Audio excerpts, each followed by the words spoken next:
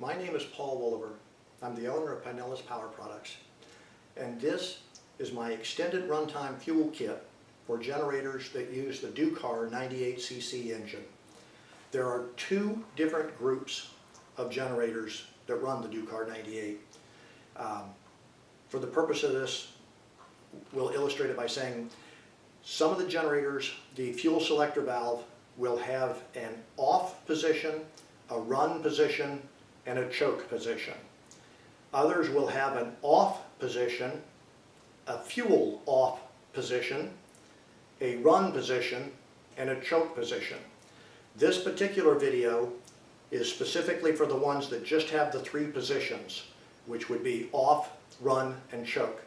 For the purpose of this video, I'm going to be demonstrating this on an Onan P2500i. The first question that I am typically asked is, can I run off the stock tank? And the answer is absolutely yes, and I'll go into details on that a little bit later. The next thing I'd like to point out is that if you are watching this video on YouTube, look in the description section below and you'll see how to get in touch with me through my website. If you have any questions whatsoever on this, please do not leave a question on YouTube, because I do not monitor YouTube and I do not monitor any chat rooms. So if you go to the link below, it'll take you to my website, and you can either call me on the phone or email me and I'll respond immediately.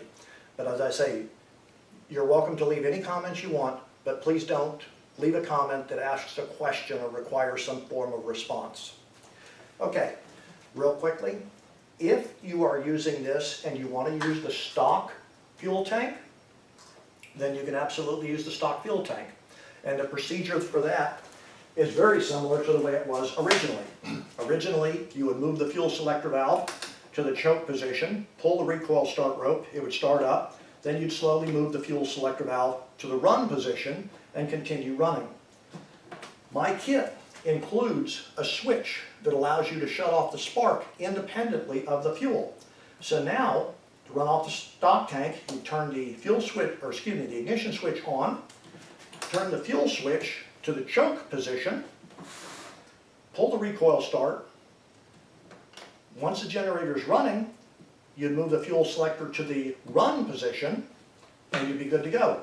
With my switch in there now, if you wanted to store the engine or store the generator for a while, you'd move the fuel selector valve to the off position and it would then use up the fuel that was in the float bowl of the carburetor, so you don't have a problem with fuel oxidation, which is an advantage right there also.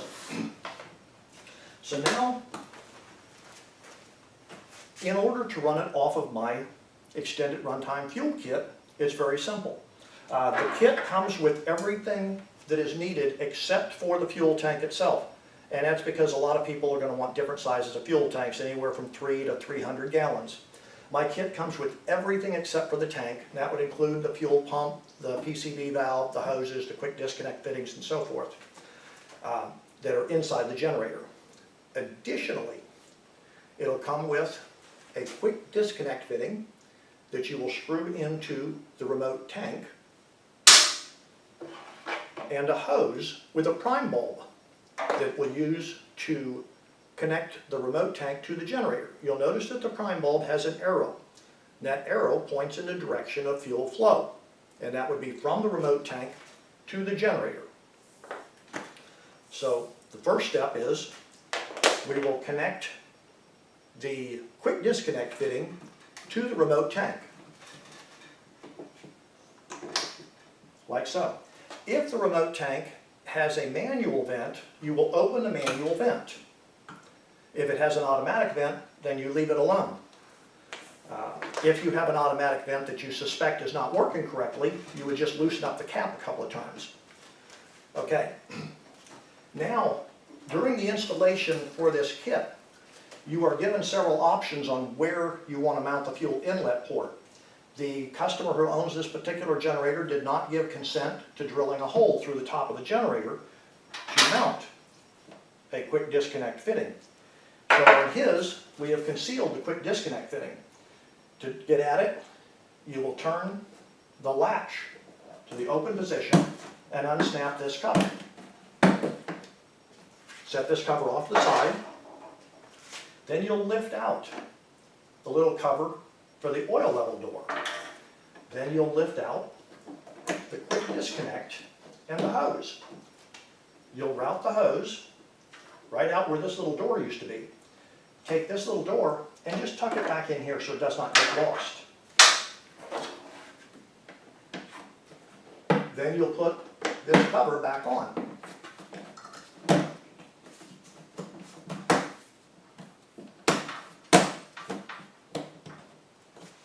So now your fuel inlet hose is hanging out here on the side of the generator. The next step will be to connect this end of the fuel hose to the generator.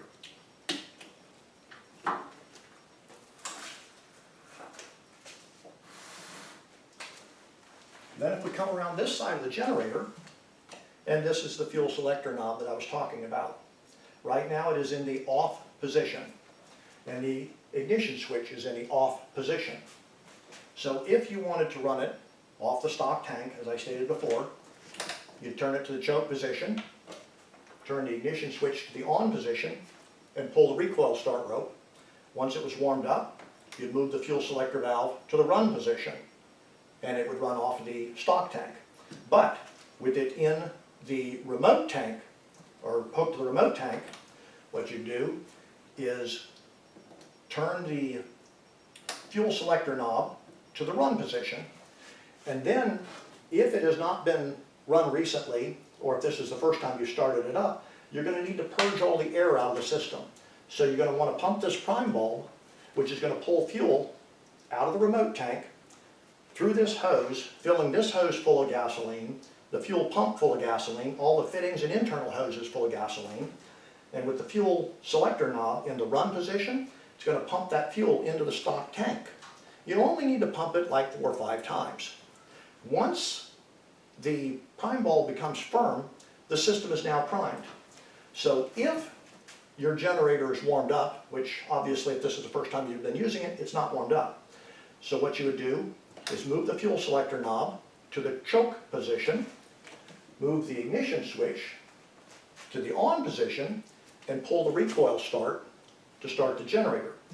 Once the generator has started to warm up, you will move the fuel selector knob all the way to the off position if you're running it off the remote tank. If you were running it off the stock tank again, you'd leave it in the run position. Let's go ahead and take this outside and demonstrate exactly how that works. One thing that I would like to point out is that you'll notice that they are both sitting on the ground, and the kit was designed to have them all sitting on the ground, or at the very least have them at the same level. If the generator is much higher than the fuel tank, or if the fuel tank is much higher than the generator, you won't get your best performance. Your best performance is going to be done with them at or nearly the same level.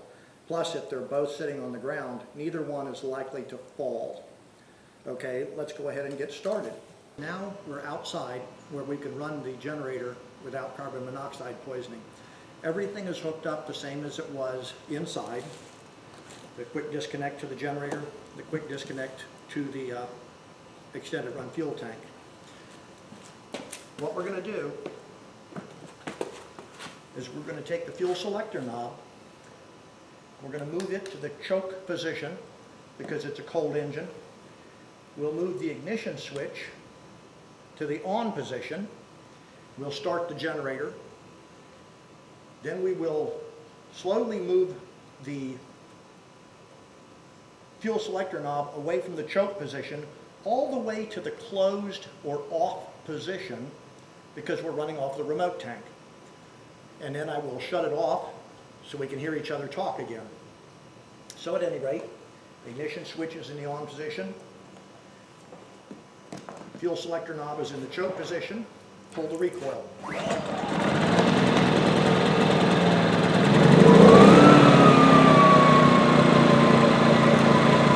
generator is now running off of the remote tank.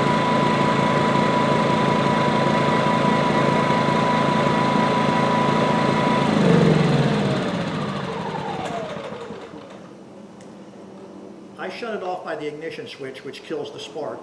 If I had wanted to put it into storage mode, in other words, use up all the fuel in the float bowl, I would have disconnected the hose and left the thing running until it used up most of the fuel in the float bowl. Now, let's demonstrate how to run it off the stock tank. Run it off the stock tank is almost identical procedure. Make sure that the ignition is in the on position. Move the fuel selector to the choke position because it's not quite warmed up yet, I don't think.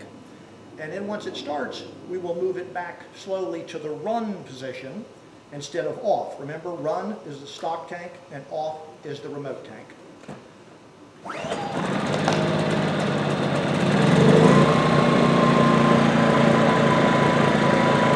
It is now running off of the stock fuel tank.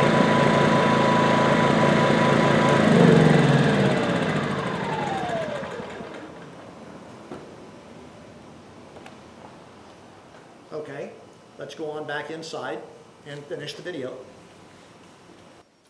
Okay, so now you've seen how it works firsthand. If you're running it off the stock tank, you put the fuel selector valve in the run position. If you're running it off the remote tank, you'll put the fuel selector valve in the off position to continue running. Once again, if you have any questions or comment and you're watching this on YouTube, please go to the link to my website down below and contact me through the website if you have any questions whatsoever. If you'd like to leave a comment on the video, then feel free to leave a comment on it. I thank you so much for your time.